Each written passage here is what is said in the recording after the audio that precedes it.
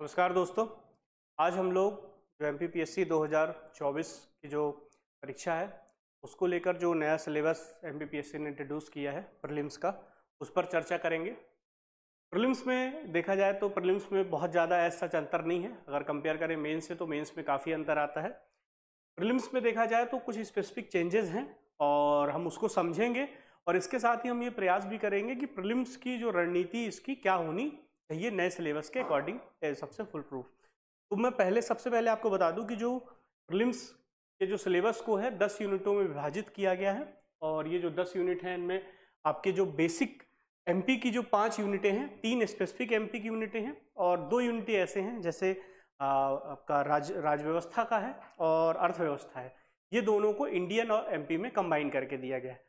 तो अगर हम ऐसे देखें तो 5 यूनिट लगभग डायरेक्टली और इनडायरेक्टली या कहा जाए 100% या थोड़े कम उसमें एमपी से रिलेटेड हैं।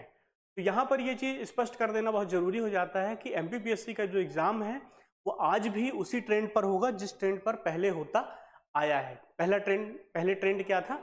आज भी जो आप 2023 से पहले के जो भी प्रश्न देखेंगे, स्पेशली 20, 21, 22, 23 के, उसमें एमपी के ज़्यादा से ज़्यादा प्रश्न आए हैं। आप देखेंगे लगभग 40 के आसपास, 35 से 40 प्रश्न आपको एमपी से मिलते आए हैं। अब देखेंगे तो आप देखेंगे कि जिन बच्चों का एमपी के क्वेश्चन ज़्यादा सही होते हैं उनके एमपी पीएससी का प्रीलिम्स क्वालिफाई होना ज़्यादा उस पर निर्भर रहता है कि आपके कितने एमपी के ज़्यादा प्रश्न सही। तो आइए एक एक करके हम सिलेबस को समझते हैं। सबसे पहले बात की जाए भारत का इतिहास। भारत के इतिहास की बात की जाए तो आप देखेंगे कि जो भारत के इतिहास पहले मेंशन था वो मेंशन था प्राचीन, मध्यकाल और आधुनिक काल। ये यहाँ से यहाँ तक मेंशन था, ठीक है। अब ये जो पहला टॉपिक है ये नया ऐड किया गया है। अच्छा, इसको समझा जाए तो ये नया कुछ नहीं है, ये है बेसिकली हिस्ट्री का ही पार्ट, लेकिन अभी तक इसको बहुत ज़्यादा तवज्जो नहीं दी गई थी। जैसे अगर बात की जाए तो आप देखेंगे कि संकल्पना एवं विचार, इसका मतलब क्या है? जो बेसिक इंडियन फिलॉसफीज और कॉन्सेप्ट हैं, जो हमारा दर्शन रहा है, बेसिक इंडियन फिलॉसफी रही है, या जो बेसिक इंडियन कॉन्सेप्ट रहे हैं हिस्टोरिकल टाइम से पहले से रहे हैं, उनको पढ़ना है। अब जैसे बात की जाए प्राचीन भारतीय ज्ञान परंपरा, ठीक है। अब इसमें क्या क्या आता है? जैसे बात की जाए भारतवर्ष, वेद, उपनिषद, अरण्यक, ब्राह्मण, षड्दर्शन, स्मृतियां, ये सब आपने पहले कहीं ना कहीं मेंस में पढ़ा होगा या प्रीलिम्स में पढ़ा होगा किन्हीं बुकों में। अब क्या है, स्पेसिफिक मेंशन कर दिया गया है। तो जो नया सिलेबस ऐड ऑन होता है तो संभावना उससे प्रश्न बनने की ज्यादा रहती है। तो इसको पढ़ने की रणनीति क्या होनी चाहिए? जैसे अगर हम बात करें भारतवर्ष की, तो भारतवर्ष के बहुत डिटेल में नहीं जाना है क्योंकि ये प्रीलिम्स का पेपर है। तो हमको सिर्फ ध्यान क्या रखना है, भारतवर्ष की जो अवधारणा है वो क्या है, किस ग्रंथ में मिलती है और सबसे पहले इसका किस अभिलेख में उल्लेख है, बस हो गया, ठीक है। जैसे आप जाएंगे कि किस भारतवर्ष की अवधारणा, आपको पता है कि जो पुराना भारत, जो प्राचीन काल का भारत था, उसका ही एक कॉन्सेप्ट है, सोशियो और इकोनॉमिक कॉन्सेप्ट है। और आप देखेंगे कि जो खारवेल का जो अभिलेख है उसमें भी इसका भारतवर्ष का उल्लेख मिलता है। तो इस तरीके की हर एक टॉपिक पर बड़ी ही कंसाइज वे में अगर आप उसको कलेक्ट कर लें, जैसे ये 10-12 टॉपिक हैं, आप उसकी कंसाइज वे में उसकी इंफॉर्मेशन कलेक्ट कर लें, आप में उसका काम हो जाएगा। जैसे बात की जाए गणतंत्र, तो अब गणतंत्र की जब भी बात की जाती है तो ये मौर्य काल या कहा जाए 6ठी शताब्दी ईसा पूर्व के आसपास की बात है। तो जो महाजनपद का काल था उसी समय कुछ गणतंत्र थे, जो गणतंत्र इसलिए कहे गए क्योंकि वो सीमित रूप से लोकतंत्र को फॉलो कर रहे थे, ना तो वो राजतंत्र थे ना वो लोकतंत्र थे, ठीक है। वो मध्य के कुछ थे, सीमित लोकतंत्र के एग्जाम्पल थे। तो आप देखेंगे कि जो बुद्ध है वो सब एक प्रसिद्ध गणों से आए थे। तो इनके सिर्फ नाम, उनकी क्या राजधानी थी और वो कहाँ लोकेटेड थे, सिर्फ हमको इस पर फोकस करना है। आप देखेंगे ऋण संस्कार, ये सब आप पहले मेन से पढ़े होंगे, पुरुषार्थ, तो इन सब की बेसिक फैक्चुअल इंफॉर्मेशन हमको होनी चाहिए। इसके बाद जो दूसरी चीजें शामिल की गई है, आप देखेंगे यहाँ पर भारत, तीसरा टॉपिक, भारत की सांस्कृतिक विरासत, इसको हम इंग्लिश में बोलते हैं आर्ट एंड कल्चर। अभी तक क्या था, ये स्पेसिफिक मेंशन नहीं था, हम इसको हिस्ट्री का ही पार्ट समझ के करते थे। तो इसमें बेसिकली आपको क्या देखना है, कला में मेनली स्थापत्य कला आ जाती है, चित्रकला आ जाती है, और आपके जो अन्य कलाएं हैं, विधाएं हैं, नृत्य हैं, वो सब इसमें आ जाते हैं। फिर साहित्य, लिटरेचर आ जाता है। लिटरेचर हमेशा इस जो भी आप आर्ट एंड कल्चर पढ़ेंगे उसके लिए आप हमेशा इसको फॉलो करें तो हिस्ट्री के टाइम पीरियड से फॉलो करें। जैसे हड़प्पा के समय कौन सा आर्ट था, तो आर्ट में आ जाएगा वहाँ पे कौन सा स्थापत्य था, वहाँ पे कौन सा इंस्क्रिप्शन मिला है, वहाँ पे कौन सी बुक लिखी गई है, कौन राइटर, ये। फिर पर्व और उत्सव, तो ये आपको किसी भी एनसीईआरटी की बेसिक किताबों में मिल जाएगा, नहीं तो एक यूपीएससी में बहुत किताब चलती है नितिन संघानिया, उसमें आपको बेसिक इंफॉर्मेशन मिल जाएगी। बट ध्यान ये रहे कि बहुत डिटेल में नहीं पढ़ना है। अगर क्लासिकल डांस पूछा गया है तो कौन से क्लासिकल डांस है, किस स्टेट से रिलेटेड है, देन इससे ज्यादा हमको पढ़ के नहीं जाना है कि इस डांस में इतने पुरुष होते हैं, इतनी महिलाएं होती हैं और इस प्रकार से नृत्य होता है। एक ब्रीफ जानकारी के लिए रहे, लेकिन एग्जाम के पॉइंट ऑफ व्यू से जरूरी सिर्फ क्या है, कौन सा डांस किस स्टेट से रिलेटेड है और वो क्लासिकल डांस है कि नहीं, दैट्स इट। अब बात करते हैं मध्य प्रदेश के इतिहास, संस्कृति और साहित्य में। ये सिलेबस लगभग वैसा ही है जैसे पहले एमपी की हिस्ट्री ऐड थी। अब यहाँ पर एक चीज जो ऐड की गई है वो आप देखेंगे, यहाँ पर प्रमुख राजवंश पहले भी रहा होगा, लेकिन इस पर अब विशेष फोकस देने की जरूरत है, क्योंकि आप देखेंगे मेंस में रियासतें पहले से मेंशन है और हम अब राजवंश को भी विशेषता पढ़ेंगे, और अभी से नहीं, एंशिएंट टाइम से पढ़ेंगे। तो राजवंशों में मेनली क्या पढ़ना है हमको, राजाओं के बारे में, कौन संस्थापक है, किसके द्वारा क्या कार्य किया गया, बस। राजवंश में इससे ज्यादा किसने राजधानी बनाई, किसने कोई प्रसिद्ध कार्य किया, बस इस पर विशेषली फोकस करना है, ठीक है। फिर आप जाता है आपका मध्य प्रदेश का कला और स्थापत्य कला, ये आप लोग पढ़ते ही आए हैं। प्रमुख जनजातियां और उनकी बोलियां, अब देखेंगे यहाँ पर एक टॉपिक यूनिट 10 अलग से दिया है, मध्य प्रदेश की जनजातियां, लेकिन यहाँ पर जनजातियां और उनकी बोली बस मेंशन की गई है, तो आप सिर्फ और सिर्फ वही पढ़ें जो मेंशन है, ट्राइब्स एंड उनकी जो डायलेक्ट लैंग्वेज है, ठीक है। जैसे गोंडी हो गई, कोरकू हो गई, फिर इनके रेडियो की स्थापना कब हुई, इनका कोई प्रसिद्ध कवि है, कहानीकार है, उसके बारे में जरूर पढ़ के जाएं। फिर ये अब साहित्यकारों वाला टॉपिक आपको पहले से पता है, साहित्यकारों की ज्यादातर रचनाएं ही पूछी जाती हैं, ठीक है। फिर बात की जाए पर्यटन में भी आप देखेंगे कि पर्यटन में पिछली बार एक चित्रकूट से प्रश्न आया, चित्रकूट के प्राचीन नाम। तो अब करना क्या है, हमें उन रेफरेंस बुकों पर भरोसा नहीं करना है अकेले, आप उसको पढ़िए बेसिक नॉलेज के लिए, लेकिन आप अपने से R&D जरूर करें। जैसे इस बार चित्रकूट का कोई प्राचीन नाम पूछ लिया गया, अब ये किसी बुक में नहीं मिलेगा, इसके लिए आपको या तो हिंदी ग्रंथ अकादमी में मिल जाए तो अच्छा है, नहीं तो आपको इंटरनेट पर रिसर्च करना ही पड़ेगा, ठीक है। इसके बाद विश्व धरोहर स्थल आपको पता ही है, और यहाँ पर आप देखेंगे जनजाति व्यक्तित्व को शामिल किया गया है, ठीक है। तो यहाँ पर आपको दो चीजें ट्राइबल से रिलेटेड मिलेंगी, जो यूनिट 10 में भी अलग से ट्राइबल मेंशन है, ट्राइबल्स एंड उनकी बोली और प्रमुख ट्राइबल पर्सनैलिटीज। तो उसको पूरी तैयारी का उद्देश्य या जो ध्येय है वो ये होना चाहिए कि हमें हर विषय के बारे में फैक्चुअल इंफॉर्मेशन होनी चाहिए, भले हमें उसके बारे में डिटेल ना पता हो। अब बात करते हैं भारत के भूगोल, ये एज इट इज मेंशन है। यहां पर आप देखेंगे ये अल्नीनो, लानीनो, दक्षिणी दोलन, पश्चिमी विषुव, ये एड ऑन किया गया है, ठीक है। अब ये हम लोग ज्यादातर जो भारतीय मानसून था उसको हम कब पढ़ते थे, हम लोग मेंस में पढ़ते थे। यहाँ प्रीलिम्स में हमको बेसिक इंफॉर्मेशन देख लेनी है कि अल्नीनो की स्थिति क्या होती है, अल्नीनो की जो धारा है वो किस तटों पर आती है, ये इस टाइप की चीजें देखनी है, ठीक है। आपको यहाँ पर देखेंगे आप खाद्य सुरक्षा, हरित क्रांति, दूसरी हरित क्रांति की रणनीति, तो इससे संबंधित जो समितियां हैं या इससे संबंधित जो गवर्नमेंट के प्लान रहे हैं, ये सारी चीजें आपको पढ़नी है।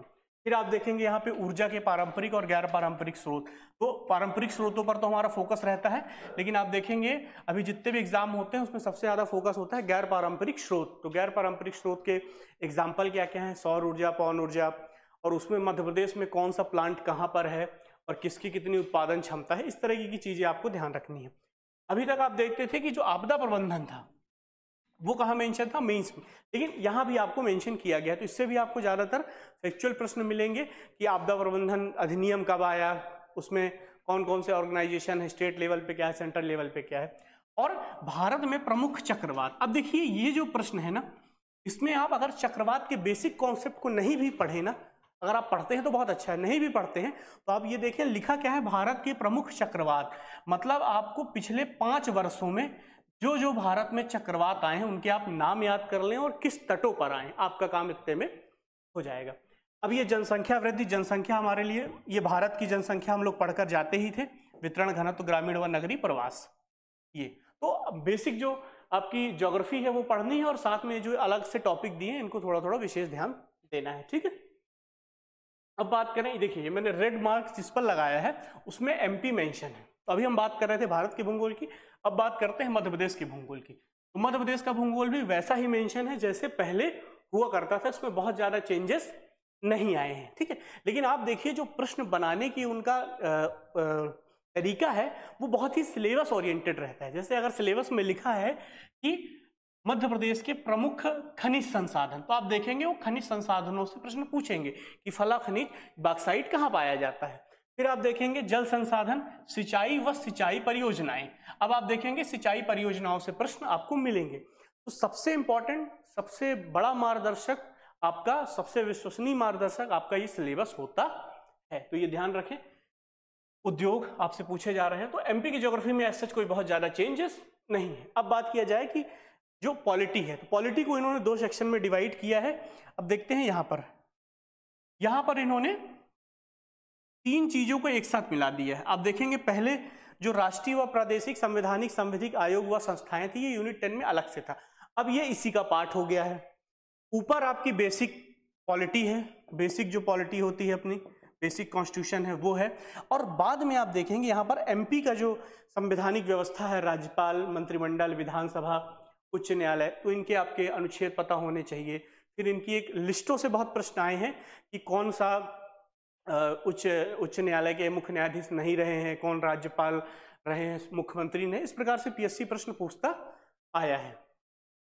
अब देखेंगे पंचायती राज और नगरीय प्रशासन पर अलग से मेंशन किया गया है, तो उसको आपको जरूर वो देना। एक जो टॉपिक है ये मध्य प्रदेश में सुशासन, मध्य प्रदेश में सुशासन के लिए थ्योरेटिकल चीज है, लेकिन इसमें हमको पढ़ना क्या है कि फैक्चुअल लेवल पे गवर्नमेंट ने कौन कौन से स्कीम की। जैसे सीएम हेल्पलाइन, सीएम हेल्पलाइन क्या है, मध्य प्रदेश में सुशासन के लिए गुड गवर्नेंस का एक बहुत बड़ा एग्जाम्पल है। तो आपको पता होना चाहिए कि सीएम हेल्पलाइन कब प्रारंभ की गई है, ठीक है। एक इस टाइप की अंडरस्टैंडिंग, बेसिक अंडरस्टैंडिंग होनी चाहिए कि जो एमपी गवर्नमेंट है वो गुड गवर्नेंस के लिए कौन कौन सी स्कीम, कौन कौन से जो उन्होंने डिसीजन या कौन कौन से उन्होंने प्रयास किए हैं, तो उनका डेट कब कब प्रयास किया गया है, किस विभाग से संबंधित है और क्या काम करता है, बस इतनी जानकारी हमको होनी चाहिए। आगे बात की जाए, देखिए यहाँ भी मैंने रेड मार्क किया है, तो इसमें भी आपकी एमपी की इकोनॉमी मेंशन है। यहाँ पर आप देखेंगे कि यहाँ पर ये दो पार्ट में सिलेबस डिवाइड हो जाता है। इसका जो पार्ट ए है वो बताता है बेसिक इंडियन जो इकोनॉमी है वो कैसे काम करती है। तो भारतीय अर्थव्यवस्था में मध्य प्रदेश की वर्तमान स्थिति, तो आप देखेंगे कि जो एमपी है वो 10th नंबर की इकोनॉमी है जीडीपी के अकॉर्डिंग इंडिया में। तो ऐसे डेटा आपको पता होने चाहिए कि इंडिया की जीडीपी का साइज कितना है, एमपी की जीडीपी का साइज कितना है, वो पूरे ऑल ओवर रैंकिंग में स्टेट वाइज में एमपी किस नंबर पर आता है, इस टाइप की चीजें आपको पता होनी चाहिए। फिर देखेंगे मध्य प्रदेश की जनसंख्या और मानवीय संसाधनों का विकास, शिक्षा, स्वास्थ्य, तो ये आपको डेटा पता होना चाहिए। शिक्षा में कौन सी स्कीम चल रही, स्वास्थ्य में कौन सी स्कीम चल रही, जनसंख्या आपको पता होना चाहिए कि मध्य प्रदेश की जनसंख्या हम पहले ही पढ़ के जाते हैं, ठीक है। सतत विकास लक्ष्यों में मध्य प्रदेश की स्थिति, तो जो एसडीजी गोल्स हैं उसमें एमपी की क्या स्थिति है, ये एक करके एक डॉक्यूमेंट आया था बहुत पहले गवर्नमेंट का, उसमें आपको सारी चीजें मिल जाएंगी कि जितने एसडीजी गोल्स हैं उसमें एमपी ने कितने अचीव किए और एमपी की स्थिति उस एसडीजी पर्टिकुलर एसडीजी गोल में क्या है, ठीक है। फिर मध्य प्रदेश में कृषि, उद्योग, एमएसएमई और अधोसंरचना का विकास, तो इसमें हमको डेटा पता होना चाहिए कि एग्रीकल्चर कितना है, उद्योग कितना है, एमएसएमई का कंट्रीब्यूशन कितना है, फिर उसमें बेसिक जो इंफ्रास्ट्रक्चर है वो कितना बन रहा है, ठीक है, कहाँ पर कौन सी परियोजना शुरू हो रही। ये एक बहुत इंपॉर्टेंट चीज है ODOP, one district one product, इससे सिर्फ 2 ही 3 प्रश्न बनते हैं। ये स्कीम कब प्रारंभ की गई है और किस डिस्ट्रिक्ट को कौन सा प्रोडक्ट का एलोकेशन हुआ है ओडीओपी के अंतर्गत। या तो आपसे किसी एक डिस्ट्रिक्ट का पूछ सकता है या 4 डिस्ट्रिक्ट देके उसके सामने आपको सही कौन सा सही है, कौन सा मेली थे, इस टाइप का कोई प्रश्न पूछा जा सकता है। अब मध्य प्रदेश में बौद्धिक संपदा के अधिकार, जब आईपीआर की बात की जाती है तो प्रगति, तो इस प्रकार से आपको बहुत डिटेल में पढ़ने की जरूरत नहीं है, आप सिर्फ पढ़ें कि आईपीआर क्या होता है, आईपीआर का एक्ट कब आया है, कितने टाइप के आईपीआर होते हैं, और सबसे ज्यादा जो इसमें पढ़ना है जिसमें प्रश्न बनने की संभावना है वो है जीआई टैग्स। क्योंकि कोई भी property rights, intellectual property rights हो सकता है किसी व्यक्ति के द्वारा कराया गया हो, कोई कंपनी के द्वारा कराया गया हो, लेकिन जीआई टैग एक पर्टिकुलर क्षेत्र को प्रभावित करते हैं। तो आप देखेंगे कि जीआई टैग में सबसे इंपॉर्टेंट, आईपीआर में आपके सबसे इंपॉर्टेंट जीआई टैग हो जाते हैं। तो एमपी में कितने जीआई टैग हैं, उसमें भी बाइफर्केशन होता है कि कितने कृषि उत्पाद हैं, कितने हैंडीक्राफ्ट हैं और कितने मैन्युफैक्चरिंग उसके हैं। ठीक, इस तरह को पता होना चाहिए। फिर अब ये दूसरा पार्ट अपन देखते हैं, ये भारत की अर्थव्यवस्था। तो भारतीय अर्थव्यवस्था में बेसिक आपको एग्रीकल्चर, इंडस्ट्री और सर्विसेज में कितना कंट्रीब्यूशन है, कौन कौन से उसके अंतर्गत वो सेवाएं, वो क्षेत्र आते हैं, वो पता होना चाहिए। रिजर्व बैंक के बारे में पढ़ना है, वाणिज्यिक बैंक कौन कौन से हैं, सेबी, एनबीएफसी कौन कौन सी हैं। और आप देखेंगे भारत के विदेशी व्यापार की नीतियां। आप देखें भारत की विदेशी व्यापार नीति कब आई है, अभी कब तक है, कब तक उसका कितना लक्ष्य रहा है, कितना निर्यात का लक्ष्य है। फिर उसके लिए कोई स्कीम चल रही है, जैसे पीएलआई स्कीम एक बहुत फेमस स्कीम है, वो चल रही है, वो आप देख सकते हैं। और इसमें 3-4 प्रकार का डेटा जरूर देख कर जाएं। सबसे पहला डेटा कौन सा, कि भारत का सबसे बड़ा व्यापारिक साझेदार कौन है, शीर्ष 5 व्यापारिक साझेदार कौन है, शीर्ष 5 आयातक देश कौन है और शीर्ष 5 निर्यातक देश कौन है, ये आपको जरूर देख के जाना है। फिर आप देखेंगे कुछ ऑर्गेनाइजेशन, G20, शार्क और आसियान का वर्णन है। तो हम ये तीनों मेनली पढ़ लें, प्रश्न इसी से आ जाएंगे। इसके बाद अगर पढ़ना है तो आप वर्ल्ड बैंक, IMF और WTO जरूर पढ़ लें, क्योंकि वो पूरी वैश्विक अर्थव्यवस्था का आधार उन्हीं 3 ऑर्गेनाइजेशंस पे टिका हुआ है। अब बात करते हैं ये विज्ञान, पर्यावरण और स्वास्थ्य, ये जो यूनिट है ये काफ़ी बड़ी, मतलब बड़ा इस सेंस में कह रहा हूँ कि बहुत अलग अलग सब्जेक्ट्स को इसमें मेंशन किया गया है। जैसे विज्ञान की प्रमुख शाखाएं और उनका प्रारंभिक ज्ञान, तो एटलीस्ट जो PCM है, PCM कह रहा हूँ, फिजिक्स, केमिस्ट्री और बायो, इनका नॉलेज होना चाहिए। फिर प्रमुख वैज्ञानिक संस्थान और उनकी उपलब्धियां आप देख लीजिए, 10-15 इंपॉर्टेंट इंस्टीट्यूशन है साइंस से रिलेटेड, उनका स्थापना कब हुई है, उनका अभी हेड कौन है, उन्होंने क्या अचीव किया है, वो पता होना चाहिए। फिर आप देखेंगे उपग्रह व अंतरिक्ष प्रौद्योगिकी, क्योंकि भारत में अंतरिक्ष के क्षेत्र में काफ़ी प्रगति हुई है, तो इसको लेके प्रश्न बनने की संभावना है। तो इसरो और उसके द्वारा किए गए जो इंपॉर्टेंट कार्य है वो आपको पता होने चाहिए। ठीक है, फिर बात की जाए मानव शरीर संरचना, ये आपके बायोलॉजी का सेक्शन है, तो ये आपसे आना चाहिए, इसको आप एक बार देख लीजिए। मतलब बायोलॉजी में भी आप किसको सबसे ज़्यादा तवज्जो दें, मानव शरीर संरचना को, कि कौन सा अंग है, कौन उसके क्या कार्य हैं, कितने प्रकार के हार्मोन होते हैं, कौन सा हार्मोन किस अंग से स्रावित होता है, उसके कौन से कार्य हैं, इस प्रकार की जो बेसिक इंफॉर्मेशन है वो आपके पास होनी चाहिए। अब बात की जाए पोषण आहार, पोषक तत्व, कुपोषण, इसको आप देख लीजिएगा। अनुवांशिक रोग, सिकल सेल एनीमिया, अब देखिए यहाँ पर अनुवांशिक रोग अलग मेंशन है और सिकल सेल एनीमिया अलग से मेंशन है। तो आप देखेंगे कि ये बड़ा इंपॉर्टेंट हो जाता है कि सिकल सेल एनीमिया क्या है, ये क्या एक अनुवांशिक रोग है, अनुवांशिक रोग है तो किस कारण से वो होता है, किस मध्य प्रदेश के किस क्षेत्र में ज़्यादा है या किसी वर्ग विशेष, जनजाति विशेष में है तो वो क्यों है, इस तरह की जानकारी आपको होनी चाहिए। इंपॉर्टेंट जो अपनी हेल्थ की लेकर स्कीम है उसको पढ़ लेना है। हेल्थ की स्कीम जब भी पढ़ें तो उसका सन जरूर याद रखें और उसका एम क्या है ये जरूर याद रखें। फिर सतत विकास की अवधारणा और SDG गोल्स आप पहले भी पढ़ चुके हैं, MP वाले में भी, उसमें भी देख लीजिएगा। फिर बात की जाए पर्यावरण, तो इन्वायरमेंट को बहुत बेसिक जितनी चीजें लिखी हैं वो पढ़कर जाएं। ज्यादातर जो प्रश्न है वो नेशनल पार्क और बायोडाइवर्सिटी रिजर्व इनसे बन जाते हैं, तो क्या फेमस आपको याद रखने हैं इससे। ठीक है, अब बात की जाए करंट अफेयर्स है, तो करंट अफेयर्स को भी 3 सेक्शन में बांटा है, इंटरनेशनल, नेशनल और MP। तो आप देख लें कि पिछले 5-10 सालों का ट्रेंड क्या रहा है, किस तरह के क्वेश्चन बनते हैं, कहाँ से पूछे जा रहे हैं। जैसे पिछले कुछ 1-2 एग्जाम से देखा गया है कि युद्ध अभ्यास से प्रश्न बनने लगे हैं। युद्ध अभ्यास विशेष हो जाते हैं, खासकर जो इंडिया में हुए हों या इंडिया से रिलेटेड हों वो। ठीक है, अब बात की जाए सूचना और संचार प्रौद्योगिकी, एज इट इज है। अब बस इसमें कंप्यूटर को यहाँ मेंशन कर दिया गया है, कंप्यूटर का बेसिक नॉलेज आपको, और देन इसके बाद जो पहले से स्किल मेंशन था वो आपको देखकर जाना है। यहाँ पर आप देखेंगे इंटरनेट व सोशल नेटवर्किंग प्लेटफॉर्म्स, तो फेमस जो आपके एप्लीकेशन हैं, वेबसाइट हैं, ब्राउज़र हैं, कौन से हैं, उनके ज़्यादा जानकारी हमको फैक्चुअल रूप में रखकर जानी है। देन उसके बाद करें कि ये जो यूनिट है ये कहने को नई है, लेकिन हम पहले भी जो MP की हिस्ट्री और आर्ट एंड कल्चर वाला सेक्शन है उसमें हम पढ़ते थे, लेकिन काफ़ी सतही तौर पर पढ़ते थे। तो यहाँ पर देखना है कि सबसे इंपॉर्टेंट पहले पूछा गया है जनजातियों का भौगोलिक विस्तार क्या है और उनकी क्या क्या संवैधानिक प्रावधान है।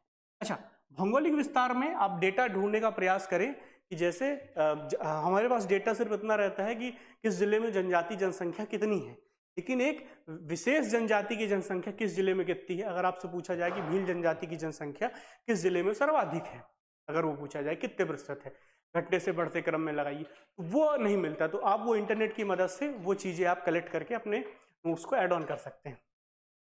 फिर मध्य प्रदेश की प्रमुख जनजातियां, विशेष पिछड़ी जनजातियां, पीवीटीजी मेंस में प्रश्न आ चुका है। घुमंतु जनजातियां मध्य प्रदेश की कौन कौन सी हैं और उनके लिए कौन कौन सी स्कीम चल रही हैं।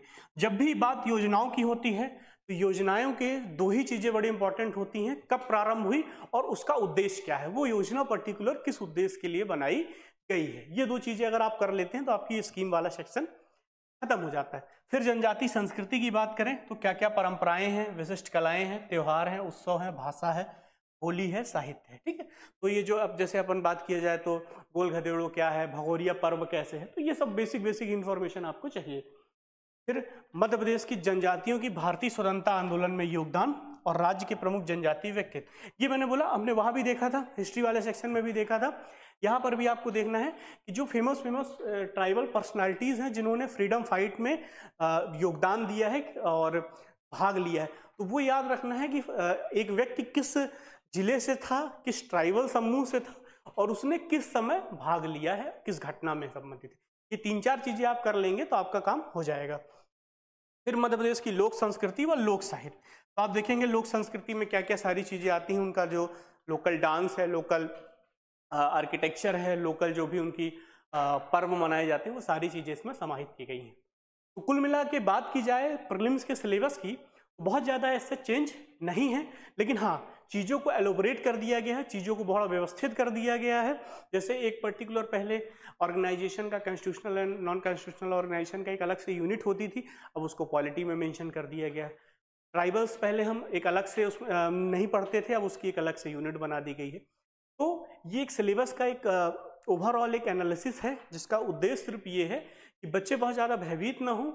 लगभग सिलेबस वही है, कुछ चीज़ों को डीप में पढ़ने का प्रयास करना है, कुछ चीज़ों को सतही तौर पर पढ़कर उसकी बेसिक इन्फॉर्मेशन लेके उसको चले जाना है। प्रीलिम्स एग्जाम की जब भी बात की जाए तो आपका प्रीलिम्स निकालने में सबसे जो इम्पोर्टेंट है वो ये है कि आपका प्रीलिम्स में एमपी का नॉलेज कितना ज़्यादा है। एमपी के आज भी बता रहे हैं, एमपी के 30-35 से ज़्यादा प्रश्न, 30-35 से कम प्रश्न नहीं आने हैं। अगर इतने प्रश्न आते हैं और आप इसमें बहुत अच्छी एक्यूरेसी मेंटेन कर लेते हैं 90-95%, तो अब बचे हुए रेस्ट ऑफ सब्जेक्ट में आप बहुत ईजिली उसको स्कोर कर सकते हैं। प्रैक्टिस जरूर करें प्रीलिम्स के लिए, रिवीजन जरूर करें और जो सोर्स चुने उसको एक बार क्रॉस चेक जरूर करें इंटरनेट से। ठीक है, कई बार सोर्सेस में भी हमें गलत इन्फॉर्मेशन मिल जाती है जिसके कारण हमें वहाँ पर अगर वही प्रश्न आ जाए तो हम उसी प्रकार से वो गलत इन्फॉर्मेशन के अकॉर्डिंग हम गलत आंसर लगा जाते हैं। तो सबसे पहले अपने सोर्सेस को बहुत अच्छे से सेलेक्ट करना है, देन इसके बाद उसका बार बार रिवीजन करना है, और तीसरी चीज़ जितनी ज़्यादा आप प्रैक्टिस करेंगे, जितने ज़्यादा टेस्ट लगाएंगे उतने ज़्यादा आपको फ़ायदा होंगे। एटलीस्ट 50 टेस्ट सभी व्यक्तियों को लगाना चाहिए। जो एग्ज़ाम की जो हेजिटेशन है, एग्जामोफोबिया है, वो व्यक्ति का समाप्त हो जाता है। तो इसी आशा के साथ कि आप सभी का प्रीलिम्स बहुत अच्छा जाएगा, मैं इस वीडियो को समाप्त करता हूँ। जय हिंद।